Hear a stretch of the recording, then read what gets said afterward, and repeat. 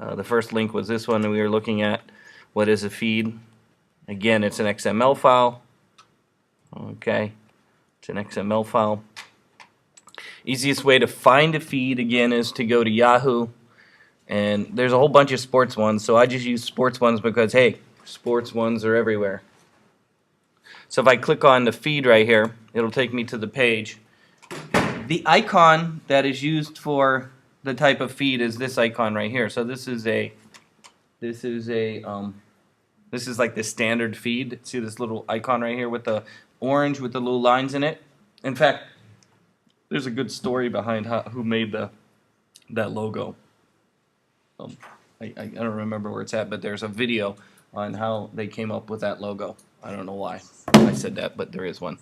So you can find your favorite feed. How do I do that? Well, let's say we want to go to the Sharks, right? We all wishing they were in the playoffs right now. I could click on the little icon right here, and it'll take me to the feed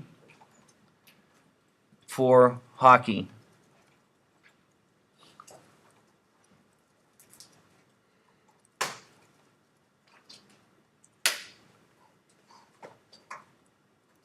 Uh-oh, I guess Pittsburgh lost. Now I'm going to start reading my hockey news. If you look up here at the top, you'll notice the extension is rss.xml. Do you see that? Yeah. So in order to convert the feed into JavaScript that we could use on a web page, we use something called a generator. I use a generator. So the generator is a link. It's on Angel, but I'll go there. So again, I'm going to copy the link to the feed right here. So I find the feed I want, in this case, NHL feed, right? If I come up here, I highlight the link, I copy, Command C. On Angel, there's a link to this one right here. It's called this is the one I used to generate. There's a couple different web pages, but I found this one to be the easiest one. I'll write it on the board. It's RSS. There. The web link is rss.ple.net.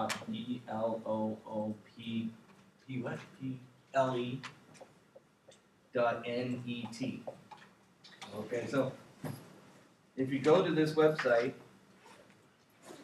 you've copied the feed that you have made. If you go and paste it down here, right here, paste it there. Now there's some settings you can set up before you can change the length of the feed, how many feeds show up.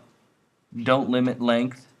So there's ways you can limit, no limit to the first, I guess, you could limit the amount of data that comes through. Because it's going to come through as a big long list. So if you want it to be a little bit shorter, maybe you say limit to 10 items. I don't know what that'll do. I don't know.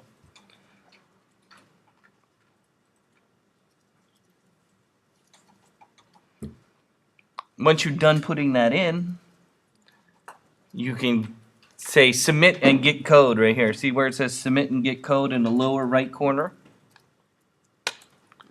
And again, it's going to give you this JavaScript right here. That is the JavaScript you can then go and paste on a web page and get the feed in real time. So all we need to do now is just go into Dreamweaver, go into our code view or wherever, and paste that in there. So if I copy this right here, copy it, I could go over to Dreamweaver.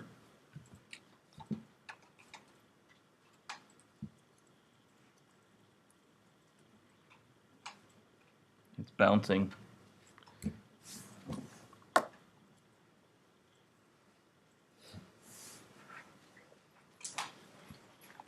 And we can make a, I don't know, whatever. I don't know where this is going here. We can make a new one.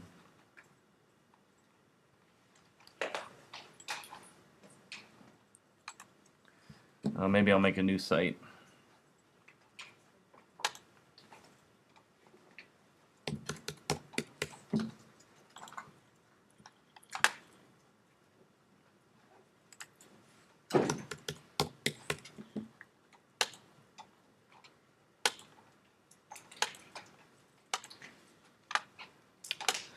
Okay, so again, you just generate the code, and then you can make a new. I'm just gonna make a new file,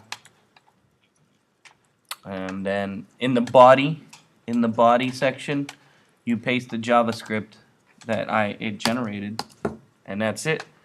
If you do that, you'll see what you come up with, and let's just save. I'm gonna save this.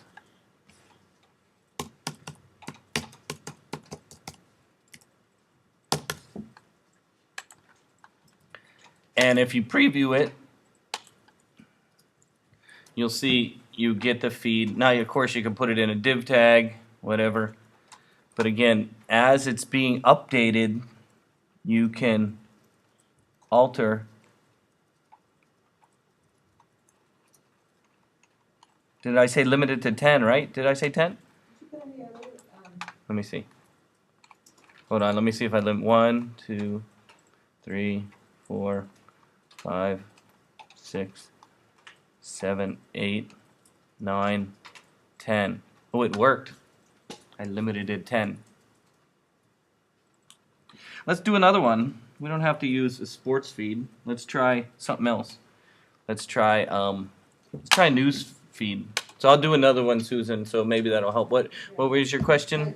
Did you have any? I thought I did it right, but I didn't put it. Okay, let's do another one. Let's try AP Press. Right?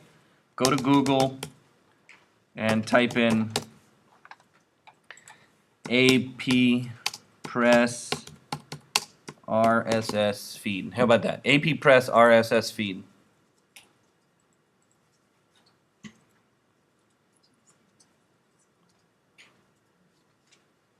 So AP Press is what? Associated Press. It's like giant news. BBC has a whole bunch of them too.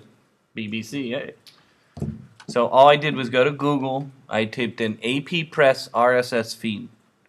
I'm going to go to the first link. Again, you see the little icon right here. See the little icon? I don't know if this link is going to work. I don't think this works. I'm going to click on the icon now. So let's choose a category. You want to do top headlines? Top headlines. There we go. There's the feed. So I don't know if this is going to work because it doesn't have the extension .xml. I'll try it. I don't know if this will work. I know the ones that work. Yes? Every time I go to one of these feeds, it says there's no application set to open that URL feed. I tried it on the Yahoo Sports one. Are you in Firefox or are you in I'm in Safari. Safari? Yeah, use Firefox. What it's trying to do is read it because there's not an aggregator in Safari, so it's trying to find an application to read the feed. It's built into Firefox to display it like this. So I don't know about Safari. I think Internet Explorer does that, something similar too.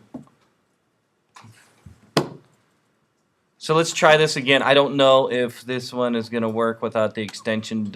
I don't know. Let's try. I'm going to hit copy. Copy.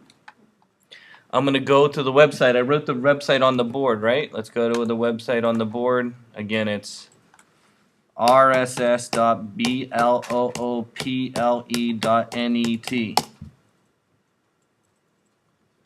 Just like it is on the board.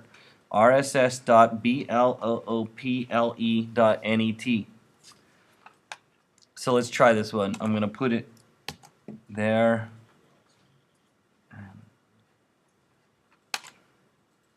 So I don't know if this is going to work. So again, put in the link up here. And then hit the button that says submit and get code. Do you see that? Submit and get code. Submit and get code. And it should put JavaScript right here in this big box. Embed this code in your web page. See it? Embed this code in your web page. Copy this code right here. Like I said, I don't know if it's going to work. The newsfeed one works. Let me try this one. Let me try this one. And in the body, let's paste it. Save.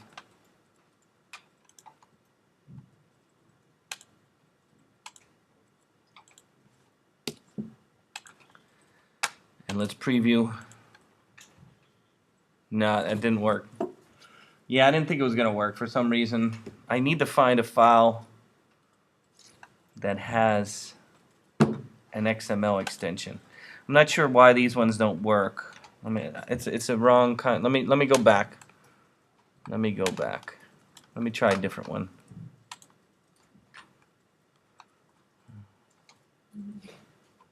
Because it's using an Atom feed. Let me see.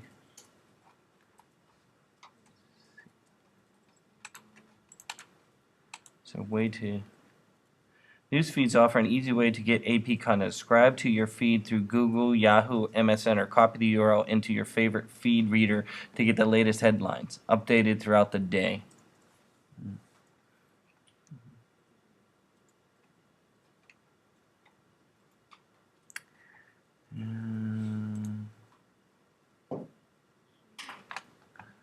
Google gives me an error. Yahoo wants me to sign in.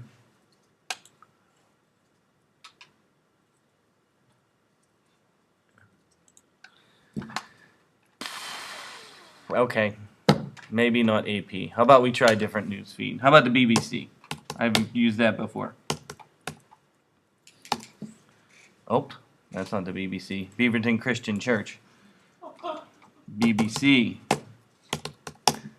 Maybe. No, Victorian Computer Club. Okay, bbc.com. How about that? There we go. So, let's see. Let's try RSS feed.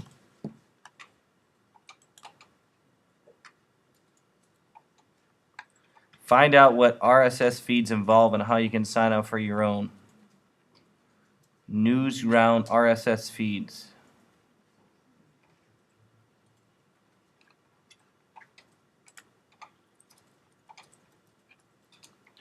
No thanks. Okay, I still haven't found what I want yet. Let me go to Google. How about that?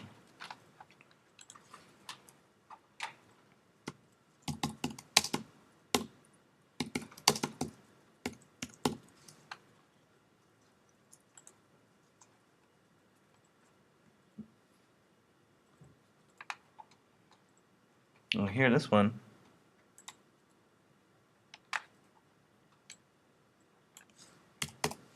That's the UK's RSS feed, though. What's that? That's the UK's RSS feed. Do they not have one for US? Yeah, I don't know. But this one looks like it might work. Look at the extension .xml. At least this one I found. So what you want is the Atom feed that we found earlier, I'm not sure will work with the technique that I am showing you with using this link and then going and getting a JavaScript. I know if you find it with this one. So again, the easiest one to try would be the sports feeds from Yahoo. The sports feeds from Yahoo. But this one says rss.xml. See it right here? So maybe I'm going to try this one. Copy the link. Let's go to the web page. Let's go to the web page. This one, rss.bloople.net. And then I'm going to copy, paste, limit it to 10, and then generate code. Let's try again. So again, I found one that has an rss.xml extension. I put it in here. I limited to 10 because that seemed to work last time. You generate the code, submit and generate the code. So let's copy this code. And then let's try again. Let's try.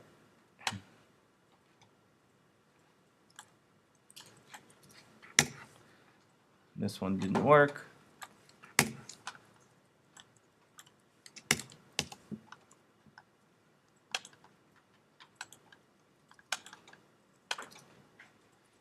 So this one seemed to work, but it didn't seem to show pictures. So this one worked.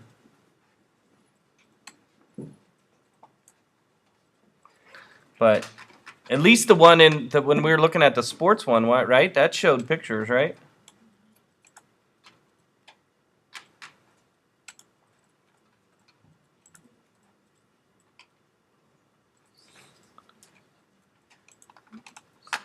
So my first example showed pictures. I'm sure you could apply some CSS to the content somehow. Put it in a div, and apply some CSS to the div. Should then format it, probably. Where you could format the links, right? Instead of being blue with underline, you could probably make a div and then format that div with all the coloring you want and all that stuff, and then put the JavaScript in that div, and then you should be able to size it the way you want, use the font you want, and things like that. I don't know. The sports one seemed to work a little better. Did anybody get any news one to work? No? I don't know why the BBC doesn't have pictures. Yeah? Yeah? You have to make sure it says HTML on it. Where? I don't know what Or you're... XML on it. I don't know. The one I was using, the ones that I got to work, was this one. When it says .xml, RSS.xml, Oh, see okay, that? that's- Yep. So this code is pulling the JavaScript from Drupal. Google. No, Drupal, that RSS.Drupal. Like, I'm curious where it's pulling the JavaScript from. It's just generating the JavaScript. I don't think that... Once you generate it, I don't think this website's involved in it. I'm just using this website as a generator to generate JavaScript. I don't know. Here, let's read it. Welcome to RSS2 HTML. This page offers an easy way to embed RSS feeds into HTML web pages. One line of code in your web page and easily style HTML will be generated with no advertisements or other restrictions. Use the form below to generate the code to include in your web page. Except for when you look at the code, it goes to a link on RSS Drupal. Okay, let me try. Oh. So it's going to... Okay, let me look at the link. There we go. So... It looks like it's a runtime generator. Oh yeah, look, it is going. It goes to their site and then generates something here. So yeah, it looks like it does go to their site. I don't know. I've been using this for about 10 years. It seems to work. Yeah? I'm just curious because normally there's a JavaScript file that you have inside your server, right? No. Or you have to go outside to get the JavaScript. No, JavaScript can be just embedded into the page without having an external. You mean the .js file or something like that? Yeah, because normally are we pointing, when we put the script inside our HTML, are we pointing to like a different JavaScript code? No, when you're using the jQuery, you are, because a lot of the jQuery you point to, but you can just embed JavaScript right into a page without having to have an external file. Oh, okay. No, you don't need no.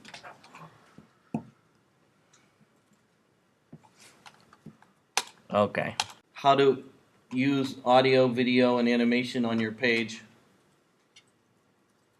Because we use a lot of video, audio, and animation. At least I do. Let's look at some examples. So the first one we're going to talk about, of course, is the standard GIF animation, which has been around since 1987, I think it said. Yeah, 1987. Some of us were probably not even born back then, were we? Maybe some of us were. So I just want to talk about a GIF animation and how to make one. Now, of course, you can use little bits of animation. I use a really simple one on this page.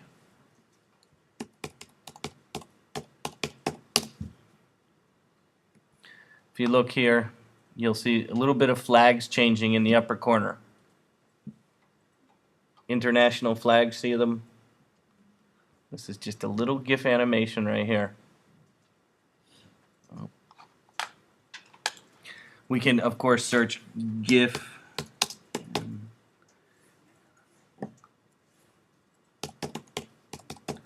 How about samples? How about that? I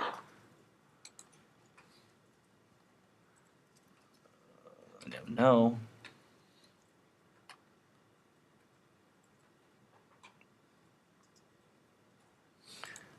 5 professional examples of animated GIFs in web pages. How about that? Okay, let me see one. I don't see that. I don't see that in there.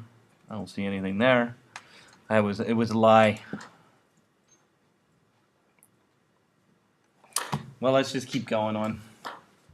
So there's little animation. So let's just talk a little bit further back in detail. So back in 1987, early days of the internet, the only way you could add sort of eye candy, what we would call eye candy, was to use what we call animated GIF.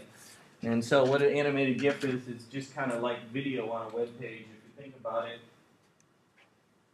basically, if you think about QuickTime, right? QuickTime was the first video player on your computer. Now, QuickTime is a plug-in or a player.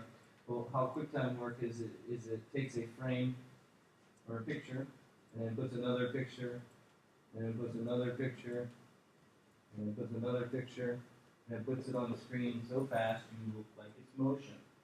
So if you think about video, when we're watching video or animation on a web page, it's more like when we're watching film at the movie theater, right? When you're at the movie theater, you're looking at celluloid film, well, at least not a digital movie theater, but of course, right? You've seen film before, right? So when we're talking animation, GIF animation, or video, you're basically looking at a series of still images that are moving across the screen so fast it looks like motion. Okay, so there's a variety of programs that you can use to make these things. Of course, Photoshop is probably the easiest one. So we use Photoshop. But of course, you can use video applications. You can use your phone, right, to make a GIF animation. There's all kinds of apps out there.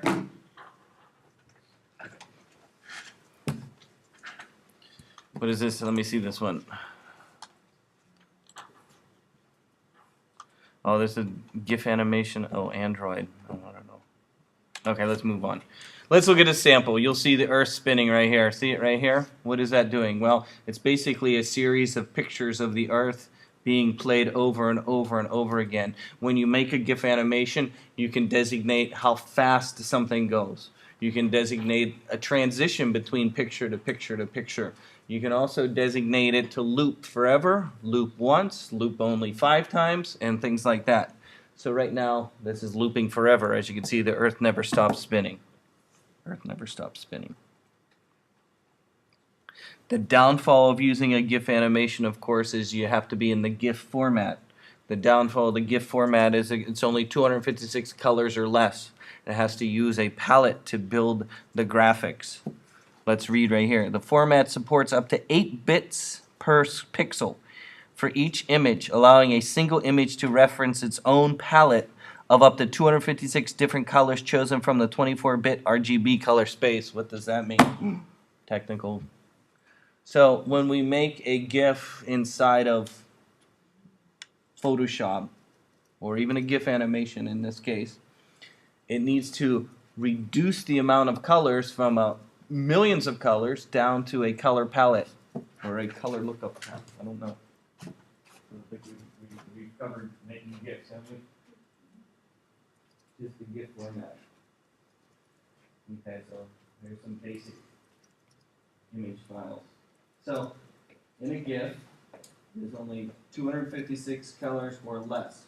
Now you can reduce the amount of colors down to 2 if you wanted to, and that will reduce the file size.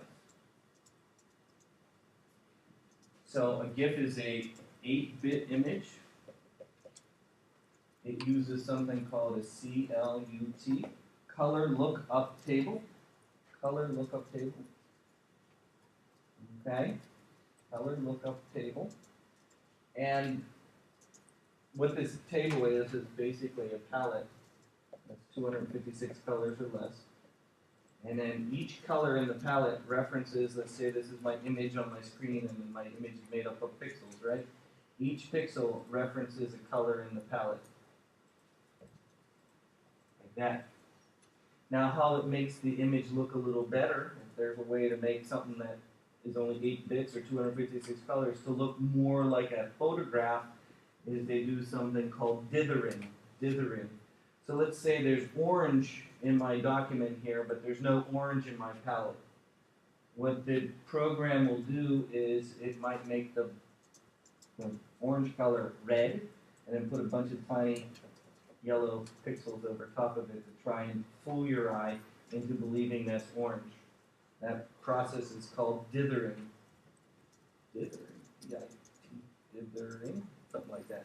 You'll see it in the program. Let's try one. Let's just try and make a GIF first before you even try and make a GIF animation. Because you really should learn how GIF works. You should learn how GIF works. So I'm going to use Photoshop. Photoshop. Again, it was one of the original file formats on the internet was a GIF. So back in 1995, when I was making my first web page back in 1995, I was putting a GIF on there. Okay. And when we were making GIFs back then, what we were doing is we were using GIFs because people's monitors didn't show millions of colors, except the Mac monitor, of course. But people that had Windows monitor had something called a VGA monitor.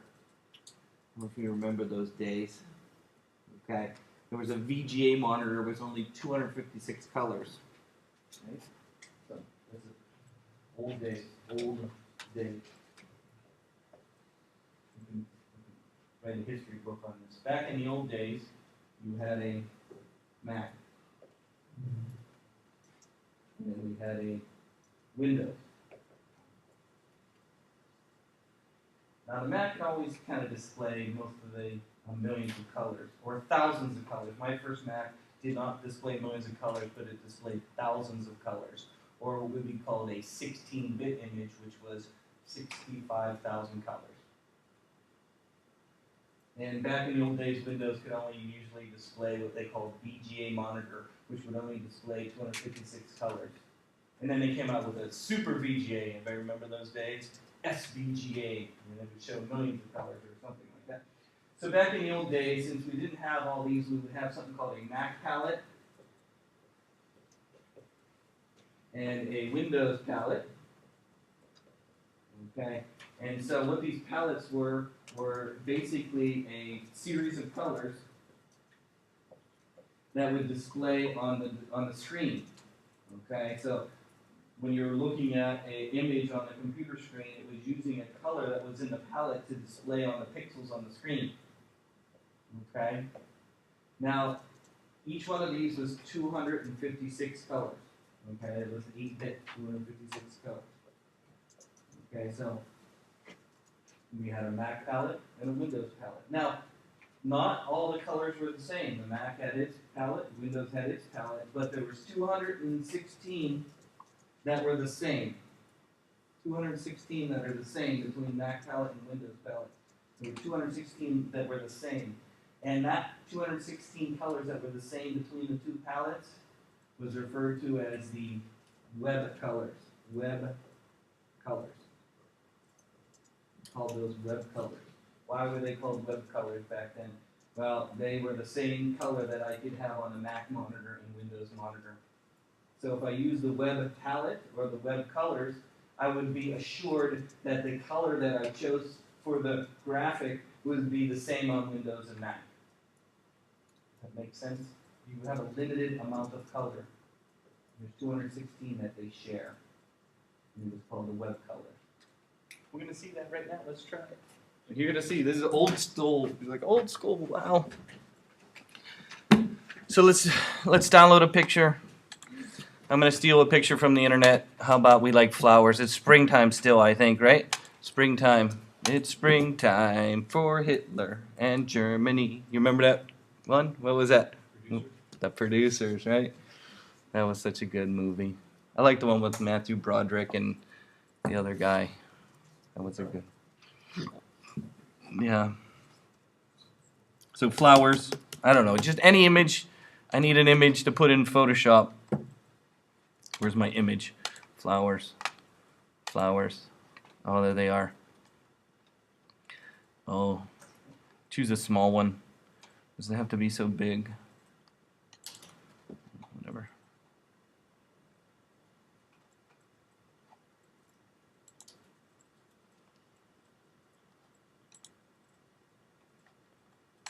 I'm going to copy this image.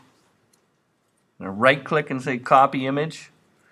I'm going to go to Photoshop and I'm going to say file new. File new. I'm going to just leave all the default settings here. I'm going to hit OK. And then paste in Photoshop is what? Command V. There we go. So you can actually just copy and paste. Copy and paste. So again, here I am. I'm going to go to the internet. I'm going to find a picture. I'm going to right click on the picture and I'm going to say copy image. Copy image. I'm going to go over to Photoshop and I'm going to say file new. When you copy an image, Photoshop recognizes the dimensions that you have copied and puts them in there automatically. Do you notice it says 1920 by 1200? Do you see that in the file new option in Photoshop? It's recognized that you've copied an image that's that dimension. When you hit OK, it gives you, of course, the blank screen because I haven't pasted yet. And to paste inside of Photoshop is either under Edit, Paste, or Command V.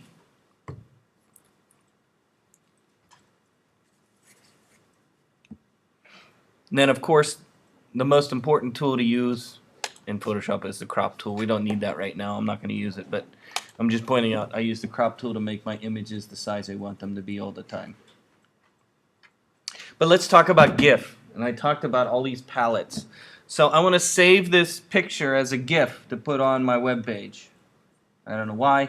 I'd probably save it as a JPEG, but let's just assume. And let's even go into more detail. I'm sorry. Talk theory a little bit more. And we usually use the GIF for a graphic, like a logo or something like that. And then I use a JPEG for a photo. So I'm just using this photo because I want you to see the dithering, right? Remember the dithering I talked about? So I'm going to use a full color image. I'm going to compress it down to a GIF. Now the problem is a GIF doesn't compress a picture very well. Okay, how the GIF works, and the reason why I use it for graphics is, let's say I have a logo. Here's my logo. Whatever, my logo. And this is a solid orange, or solid color in here. It works good to compress as a GIF because how the GIF compression works is it draws a line across. Okay, it draws a line across as it's compressing. And if it doesn't find any colors that are different, it kind of saves it as one big color. Okay? Think about it, because if you have pixels that are next to each other, right? And pixel, pixel, pixel. If all these pixels are the same color, how the GIF compression works is then it doesn't say pixel, pixel, pixel. It'll just save it as one big pixel. Okay? That way the memory is less. That's why GIF doesn't work well for a picture, because as it's drawing a line, as the pixels are changing, it has to remember all of those different colors like that, and it's not very good compressed. How JPEG works is JPEG works on 8 pixel squares. So let's just say I have pixels inside my photo. If I zoom in, I can see my pixels. How JPEG compression works is it takes pixels that are next to each other and tries to combine them together into a bigger image. Usually it does it on an 8-bit or 8 pixel square. So it takes 8 pixels that are next to each other and kind of clumps them together into a bigger one. You can see that if you really compress it. So let's look at how this compression works. Jeff? Yeah? Can you just sidetrack for a second at BMP compared to those two? BMP? Yeah. A BMP is either a compressed or uncompressed raster image. It won't, I don't think it compresses. BMP can be millions of colors. Okay. So I wouldn't put a BMP on my web page. Only way I'd use a BMP is for the FabCon. yeah. Yeah. But why would you use that for the FabCon? Because that's the only format that works for an icon that I know of. So remember we made a little icon? We saved that as a BMP and we changed the extension to .ico and it worked. I don't know. You don't have to change it to ICO. You don't? You can use a BMP? Perfect. Okay. They keep changing things on me and makes it. So if we look closely, you can see this has already been JPEG'd. How do I know it's already been JPEG'd? Well, if you look close, look close, look close. Whoop, not that close. This close. I don't know if you can really see this, but if you look zoomed in on this, you can see it's kind of, you can see kind of squares. You can see them along the edge here. Look right here. See the pixels right here? It's kind of clumping them together into bigger ones. That's why you get these squares. JPEGs look kind of squarish. Squarish? Is that a word? Squarish. Okay, so it looks kind of squarish. Because this has already been JPEG'd. And in fact, when you save as JPEG, you can alter the compression, right? If you want to see how it's compressing things, you go to File, Save for Web. So here we go. I have a picture inside of Photoshop. I'm going to go under File, Save for Web. Inside there, you have JPEG as the option. You got GIF, JPEG, PNG 8, PNG 24, and WBMP. So if we choose JPEG, let's just, because we're talking about JPEG, if I reduce the quality down, let's reduce the quality down here. If I can get this to work here. You can see it gets really blocky. Look at how the blocks are now. If you zoom in, I don't know if you can see that on the screen there. But if you reduce the quality, you can see it gets really kind of blocky. Okay, reduce the quality down. If you have high quality, it's less blocky. But look at the file size down here. This file size is at 80% quality is at 435.6 kilobytes. If I reduce it down to low quality, it's 92.94.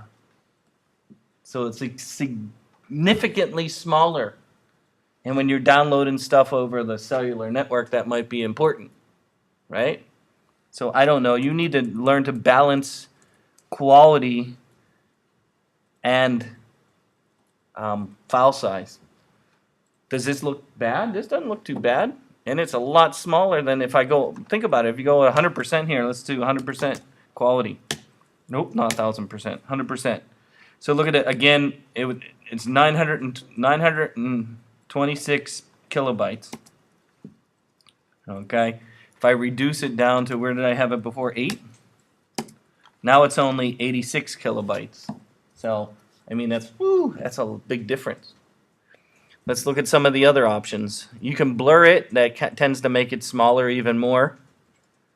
You have something called progressive. Progressive was an old way that we used to look at images on the internet. If you remember the slow days of the internet, you used to look at pictures on the internet and they would be blurry and they would get clearer, clearer, clearer as they were downloading. Does anybody remember those days? Okay, that checkbox right there, progressive, what that means is it will start showing the image before the entire thing has been downloaded. So if you want that effect of blurry image, clearer, clearer, clearer as it's downloading, you check the progressive. Optimized reduces the file size, and you can embed a color profile. That actually, if you turn that off, it makes it smaller there. And then of course you have different color spaces here. Okay, convert to sRGB is the actual sRGB. What is these color palettes and what do they talk about? I don't know if they cover that in other classes that you've taken. I don't know. So you sometimes see this when you are looking at saving images like JPEGs in Photoshop and things like that. What this convert to sRGB is the color space, and if you think about a computer monitor, right? A computer monitor needs to have some kind of way of calibrating so it looks the same, right? And so they use monitor calibration to calibrate the monitor, and that's why you have convert to sRGB. That is the standard default color space of the monitor. You can change that if you want. Internet standard RGB. I don't know what that is, but if you turn it on and off, you'll see your image gets darker or brighter. Do you see that?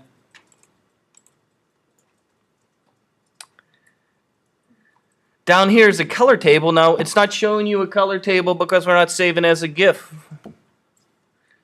If you want to save it as a GIF, let me hide this. I'm sorry, I have to get rid of the dock. There we go. Whew. Let's switch up here to GIF for a moment. Let's talk GIF for a moment because I was talking GIF animation already. So let's look at GIF for a moment.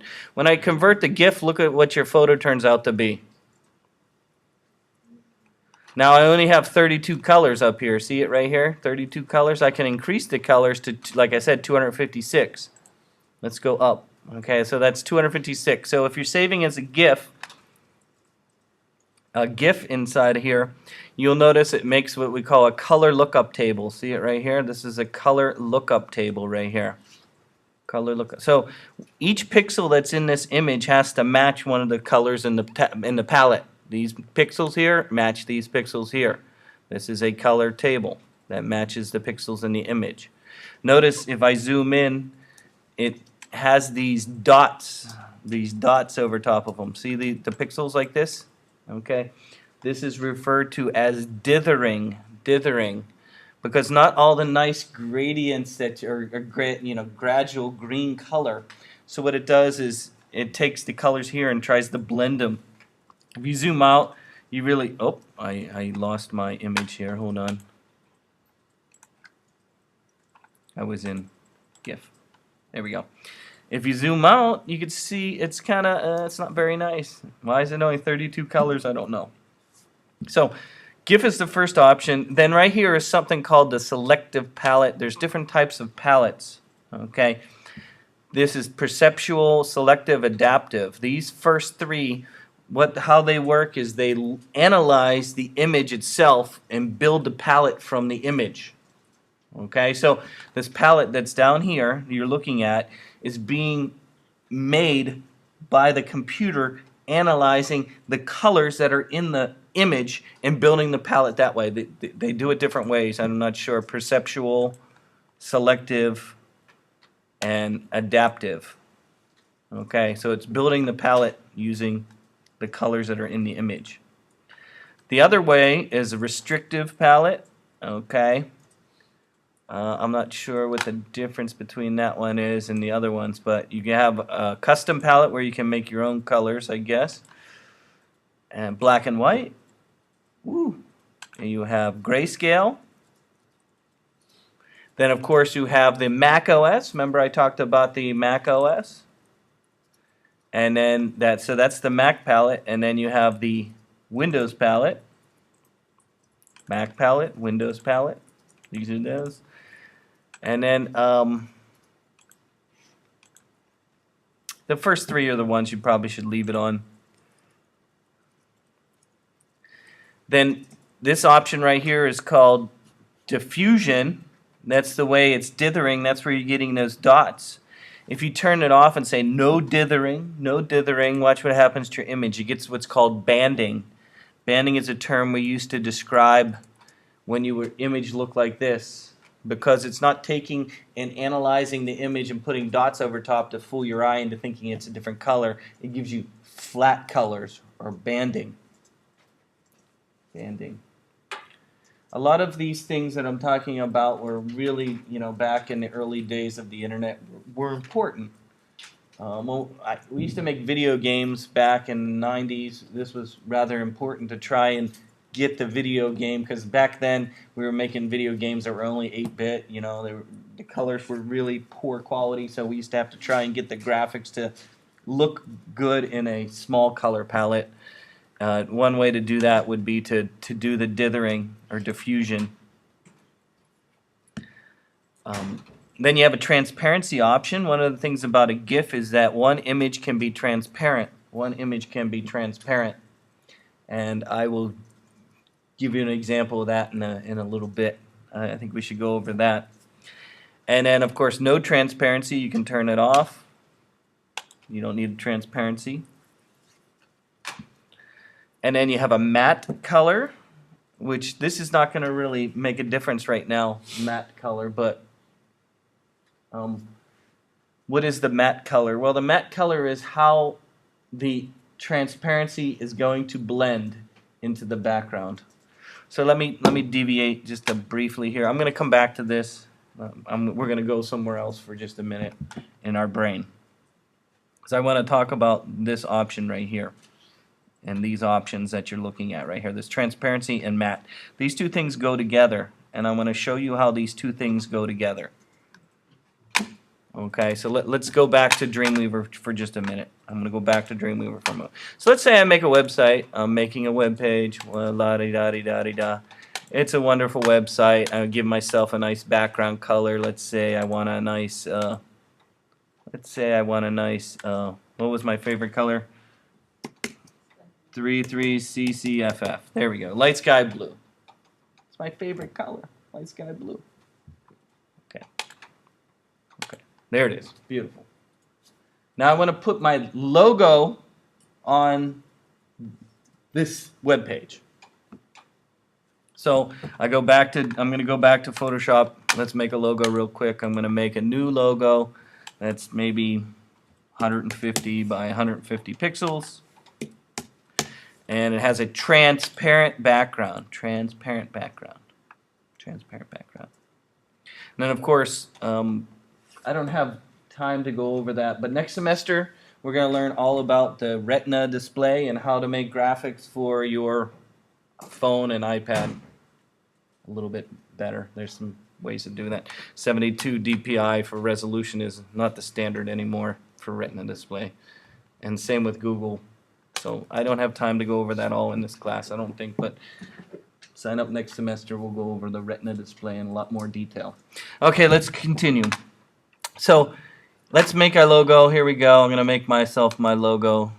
Where's my logo? Let's make a red logo. We'll make a flower.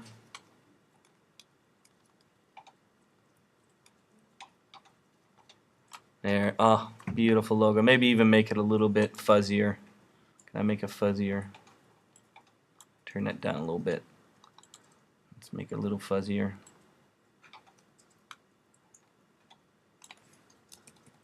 There we go. Fuzzy. Oh, let's make it yellow on the inside. Oh, there we go. Yellow on the inside. Yellow on the inside.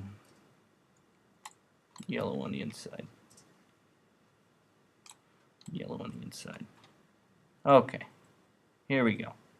Remember our blue, right? Remember our blue. So here's my beautiful logo. Fabulous, wonderful. Love it so. So if we look at the edge of our image, you'll notice there's a term called aliasing. What is aliasing? Aliasing is the term that, this goes back, big time. Goes back to even animation days. So when you look at an image on the screen, you're looking at pixels, right? So you're looking at a pixel, looking at a pixel, looking at a pixel.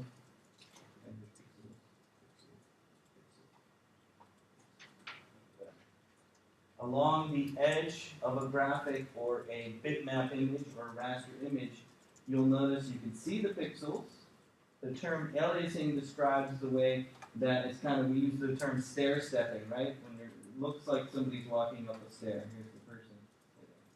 They're walking up the stair. So what Photoshop naturally does is does something called anti-aliasing. And what anti-aliasing is when it blends, if you look at the edge here, instead of seeing the harsh edge, it kind of blends the edge. Right? See that nice smooth kind of blend along the edge here? Okay? So that's referred to as anti-aliasing. So if I was going to save this and put on my website, I might save it as a GIF. And since it has a transparent area, I could tell this part to be transparent and the color that's behind my image can come through. Hence the blue, right? Remember the blue? Now if I don't choose a matte feature, it's going to blend the edges of this to white and you'll get what we call ugly white fuzzy edges. Let's look at that for a moment. I'm going to show you. So one of the common problems that we had in the early days of graphics is if you go File, Save for Web, And instead of using JPEG, I use GIF. I leave the transparency on. Hey, I want it to be transparent. I'm gonna go and save this. I forgot what I was. I thought I had a folder. Did I not have a folder? Week 13. There we go. This is a logo, and I save it. Woo! I saved it as a GIF, straight GIF. If I go back to Dreamweaver and I put it on my page, let me save this because it's going to give me an error message if I don't save it.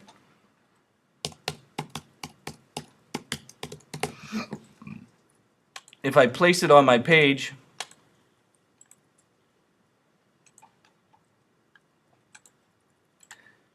there it is. You get this. If you look along the edge of my image, you'll see a white, fuzzy, ugly edge. Do you see that? Okay. We could zoom in a little bit if you want. You can see it. White, ugly, fuzzy edges. So to not have white, ugly, fuzzy edges, what we do is inside Photoshop, when we are saving a GIF that has transparency on it, in the Save for Web window, I'm going to choose transparency, but this time you see there's something called matte right here. What the matte is what does the GIF blend to? In this case, what was my color? 33CCFF, right? So I can go into the color picker, I can come down here and type in 33CCFF, hit OK. So again, you put the color in here. Notice you can see already it's blending to the blue in my logo right here. See it? So again, so the transparency and the matte kind of need to work together.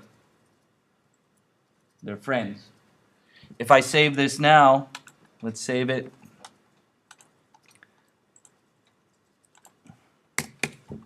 Let's save it.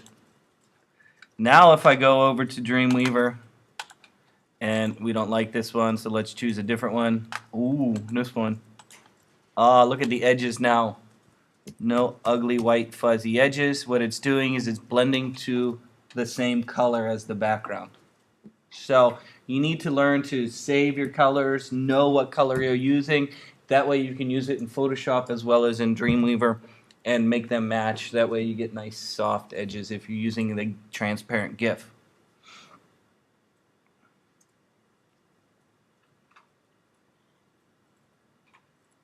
Let's go one time further.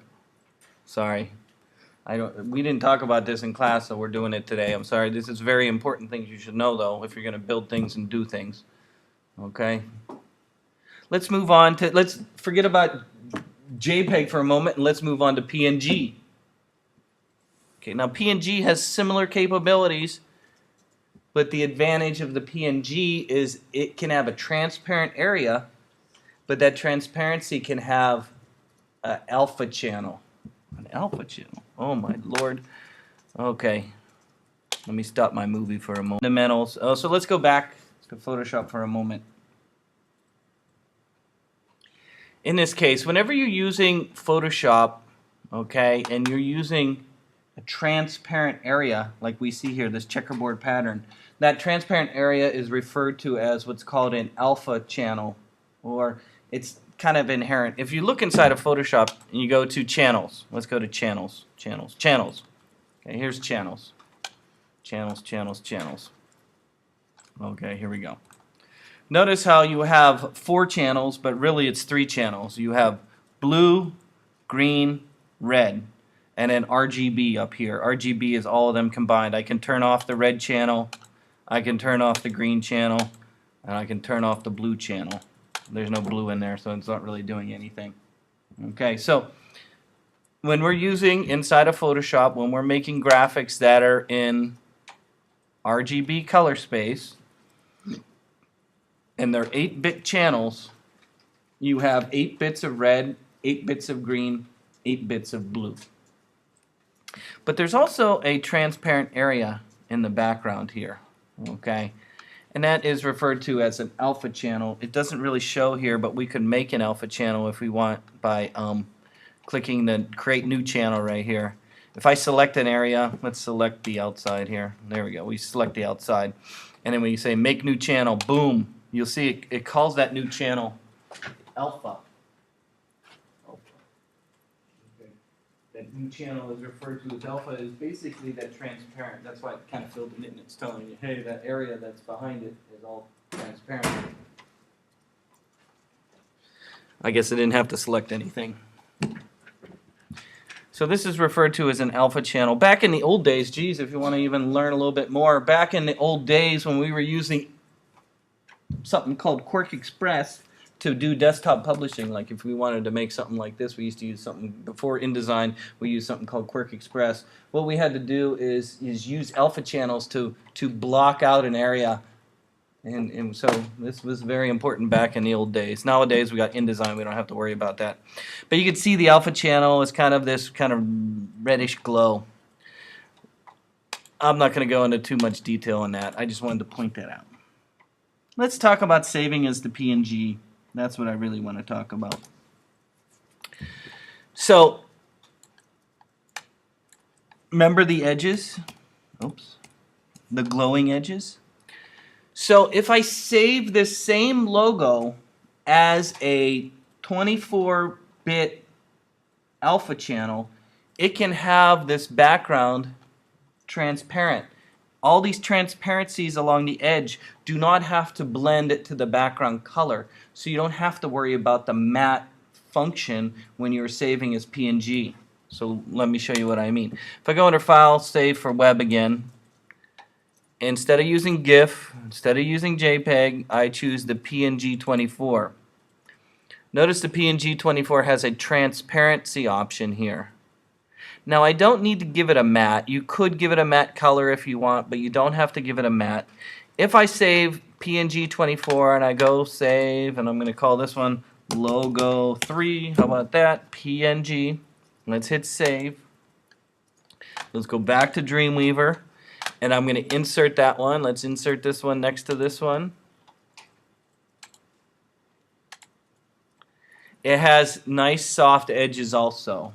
The reason why it has nice soft edges is this: the edge right here is blending to transparent. It keeps that transparency that you had in Photoshop and brings it over to the PNG file. And the reason why I use PNG all the time, if I'm going to bring a graphic in from, let's say, in Photoshop into an animation program, because that's really what I wanted to talk today about was animation. I want to bring this graphic, this flower that you see here, and bring it into After Effects or Flash to animate it. I would use PNG with the 24 with the transparent area so that you can see, so it's not square, right? If I want to animate this flower in an animation program, I want to use PNG24 because I want to see this stuff come through here. If you don't use PNG, it's going to be square. The PNG gives you the ability, because everything's saved in the computer is square, everything, right? So if you want to do something that's not square, you need to have transparency, so whatever you're moving it over top of, you can see through. So where was I? I was back in Photoshop. Here we go. Okay, so this alpha channel is there. There's also an 8-bit PNG. There's an 8-bit right here, PNG 8. Okay, again, it's gonna kind of work like a GIF. Remember the GIF with the transparency? The PNG 8 can have a transparency, but one transparency, so it's going to work like the GIF. It's going to make only one pixel transparent. That's why the GIF works that way. It can only have one pixel transparent. PNG 8, one pixel transparent. JPEG, no transparent. That's why it looks like that. JPEG, no transparent. PNG 24 can have 8 bits of transparency. You can have nice soft edges. And then of course WBMP is ugly. It was early. Remember the days when you had a flip phone and it was only black and white, right? That's what we would use this for. We don't have. We all got color phones now that cost $600. Apple Watch $600. Right. I think I bought my first flip phone for like, $80. The Razor. Who had a Razor? Remember the Razor days, right? Before that, I had one of those singular ones. They had a name on it, singular, right? And before that, I had a little beeper. My wife says, "You need a beeper because I'm pregnant." So when she was pregnant, she had a beeper in case she was going in labor. She was going to beat me here at school.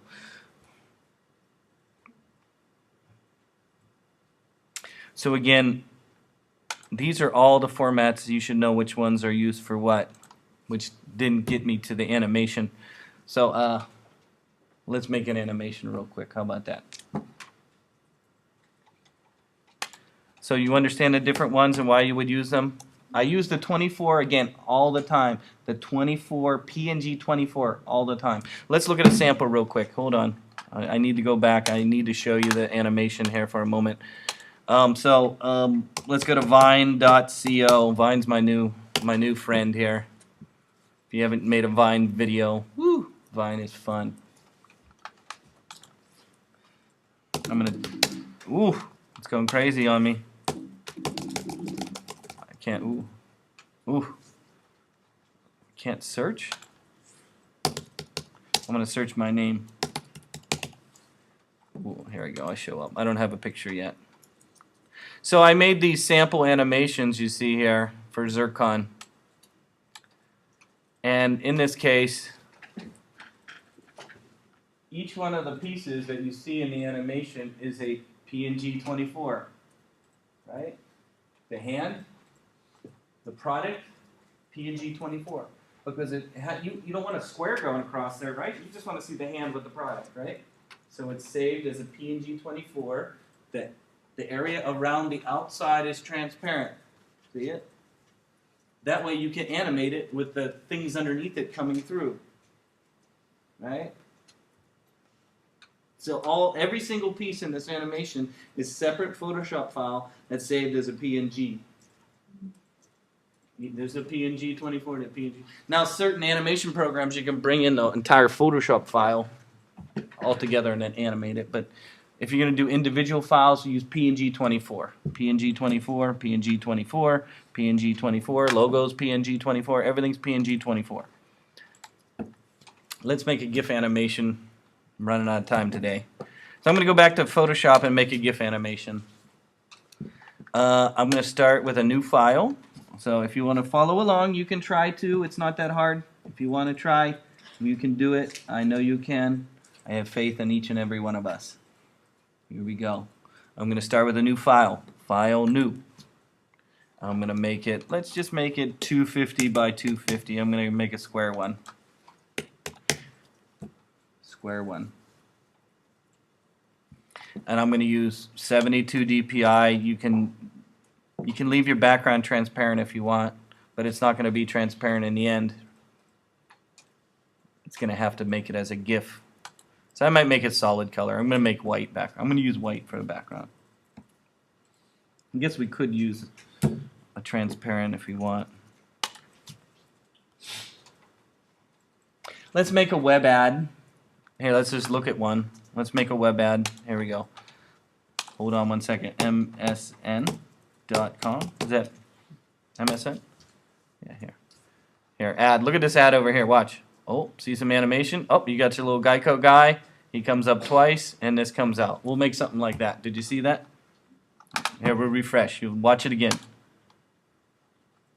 Watch the ad. Line comes in, some text comes in, little Geico guy, and then start a quote. We'll make something just like that. Okay, so let's go back to Photoshop.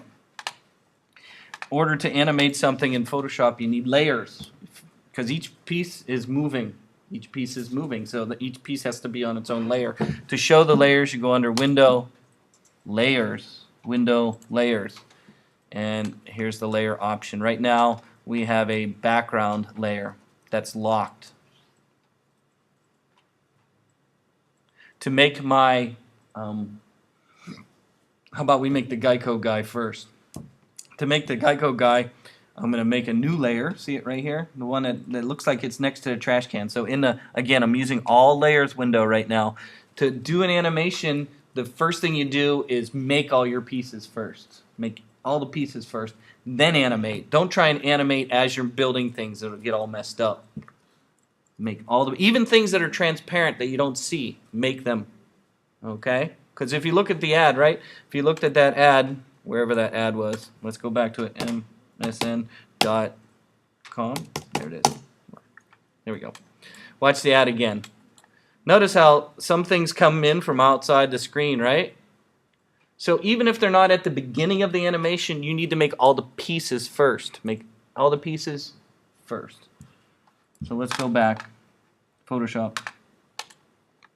So I'm going to make a new layer. It's this one right here next to the trash can inside the layer window. If I click on that, I'm going to give it a name. You can change the name by clicking on the layer name. And I'm going to call it, what is that guy? Is he a gecko or something?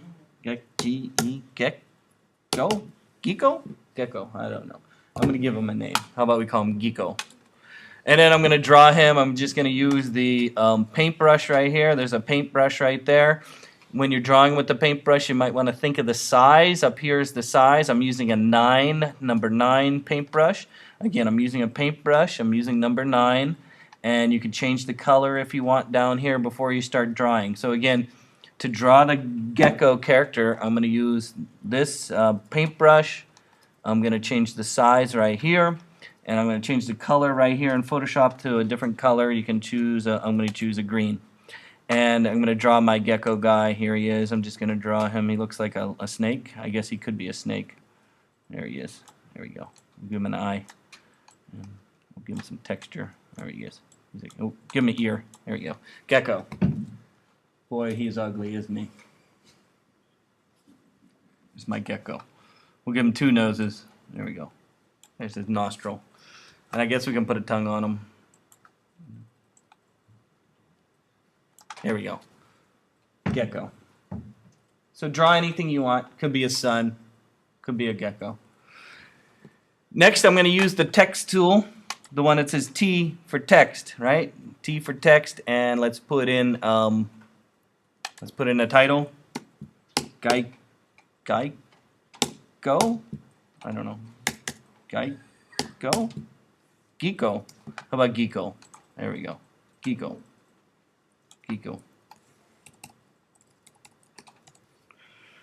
And then let's make a button for them to click on so that they can buy the stuff that they want to buy. So again, I made a title. It automatically makes a new layer. Automatically makes a new layer when you use text. Then I have a gecko here. The gecko. I have a title. And then I'm going to make one more thing. I'm going to make a little button for them to click on. Okay, a button for them to click on. So down in the text tool down here, there's a little shape right here. There's shapes down here. These are plain shapes. They're towards the bottom. I'm going to use a round rectangle tool right here. And I'm going to draw a round pill shape. And then I am going to type some text over top of my pill shape. Type some text over top of my pill shape. Don't click the text tool inside the pill. I usually click outside and drag it on top. So, buy. How about that? Buy. And I'm going to put that text inside my pill shape. Ooh, that's pretty ugly.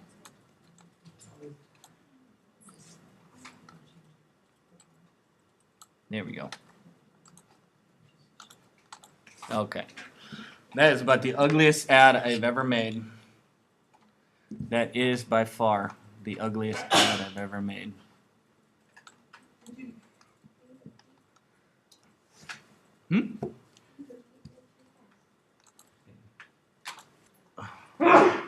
Bless you. So I choose the text tool. See the layer? See? Hey, buy text. See? Buy. Pill shape. Buy. Pill shape. Buy. Pill shape.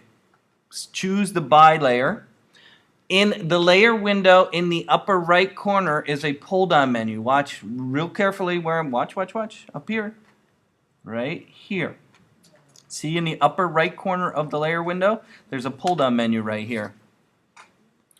I'm going to say, oh, merge down is not selected is one of the options. Oh. Why not? Why can't I merge down? Oh. Yeah, select all of them. Yeah, Select both of them? All of the layers that you created. Okay, let me try select. I'm gonna hold the shift key down and click both of them. Let me try that. Merge layers. There we go. I guess merge layers. So again, here I'll do it again. Select here using the shift key. Select the by text. Hold the shift key down. Select the rectangle. They should both be like this. I'm holding shift to select both of them. Then in the upper corner, let's say merge layers. That merges them together to a by. Now we can animate.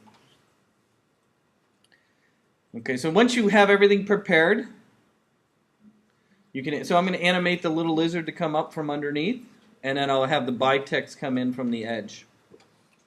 Okay. Now inside Photoshop, there's a variety of different ways to animate. One way to animate is to use the frame by frame animation. Remember my drawing on the board with the little frames, right? So here we go. To animate, we're going to go under Window, Timeline, Window, Timeline. Timeline should show up at the bottom down here. The first option, it says Create Video Timeline. We don't want a video timeline. We want, I'm going to have to move this window a little bit up here. I'm going to move my window around so you can see it a little better. So here it is, the timeline window here. So what I want to do is I want to I have all my I have all my pieces. Okay, so you need the layers window and you need your timeline. So I'm going to go to the checkbox here and say Create Frame Animation. There's like a little pull-up window in the middle. Do you see it right in the middle there? Look at where my cursor's at. Right where it says Create Video Timeline, I don't want that. I want to say there's a little pull-down menu that says Create Frame Animation. Do you see that? Then I'm going to hit the new button. If I can get a new button here, let me see. Where's my new button? New button. Hit Create Frame Animation. I'm sorry. Hit the button that says Create Frame Animation. You should have a 1. Do you see a little 1? So that's my first frame. How about we make all the frames and then we adjust the pieces. Here we go. Let's say we want it to go for 6 or 7 frames. Notice next to the trash can, this is a new frame. See that right there? I'm going to go boom, boom, boom, boom, boom. Then what you can do is you can move your pieces. So I'm going to go to number 5, and I'm going to take the word by and I'm going to move it a little bit. I'm going to go to number 4, and I'm going to take the word by and move it a little bit. I'm going to go to number 3. I'm going to take the word by and move it a little bit. And I'm going to take number 2 and drag it all the way out off the screen. And number 1, I'm going to take it and drag it all the way off the screen. Oh, that didn't work, did it? No, it didn't work. No. It did, but it moved the whole thing. Oh, don't do that. Don't do that. Don't do what I did. Don't do what I did. Okay, let me try a different way. Let's try a different method. I'm sorry. Don't do that. How about this?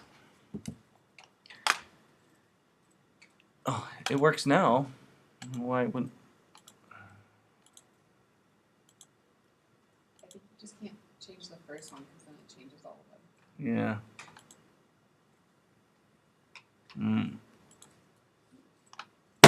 I don't know. How about we go to the first one? Oh, let's go to the dinosaur thing here. Go to the layer with the dinosaur and let's move it down. He's going to go off the screen.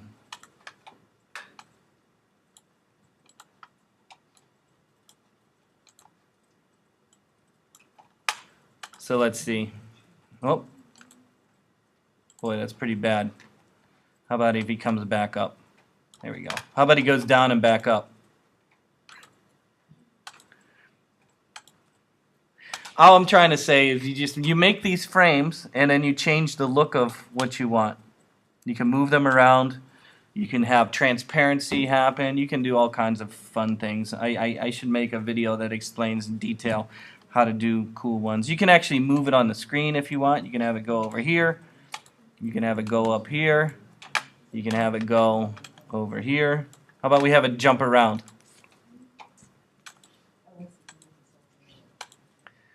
How about we have a jump around? Just move them around.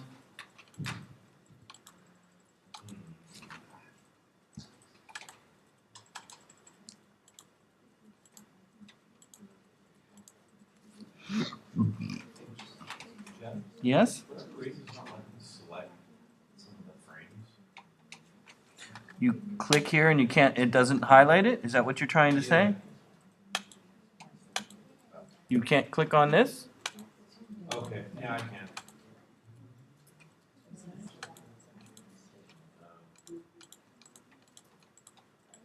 Okay, whatever. There's a whole bunch to it.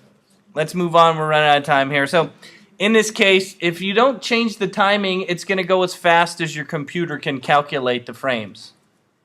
Notice in each one of the timeline frames, it says 0 seconds, 0 seconds, 0 seconds, 0 seconds, 0 seconds, 0 seconds. Do you see that in the timeline? If I hold the shift key, I can select all my frames. Hold the shift key down, select all the frames. Once I have all the frames selected, I could go to the pull-down menu where it says 0 seconds, and I can click on that. Inside there, you'll notice this is a tenth of a second, a half of a half a second. What's a half of a half of a second? This is like one. This is 1 second, or no, this is a half, something like that. This is like a half a second here. I'm sorry. No delay. 0.1 second. 0.2 second. This is a half a second right here. I'm going to go to half a second. Now let's see. It's pretty slow. A half a second is a lot. How about we go 0.2 second? Let's try that. There we go. Where did you selected them all and then you went to where? Here, right at the bottom of the frame, you'll see there's like a little second right here. If you click on that, you can then choose what you want. You can type in what you want too.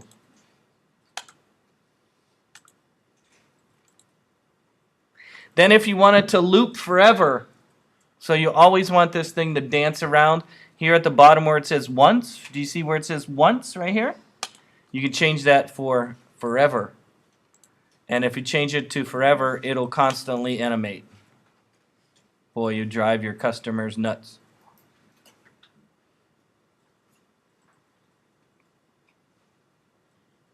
When you're all done, you can go and export out by saving as a GIF. So you go under File, Save for Web. Remember how we saved it? File, Save for Web. Make sure you choose GIF as the option. You want GIF. GIF. You also have some options. You can change the looping down here. So again, choose GIF as your option. Choose GIF. Then hit Save. Put it somewhere. Then, so again, choose GIF as your format, and then go back to, go to Dreamweaver, and we have my nice flowers.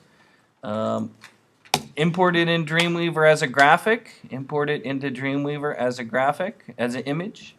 Import it, save as a GIF. You can import it into Dreamweaver as an image. And then if you preview your web page, you'll see you'll have your great animated GIF. Then you can put a link on it too. You can put a link on it inside of Dreamweaver to go somewhere, right? Select the graphic and put a link on it, and you can go to Geeko. Boy, that is about the ugliest animation I've ever made. It's truly horrendous.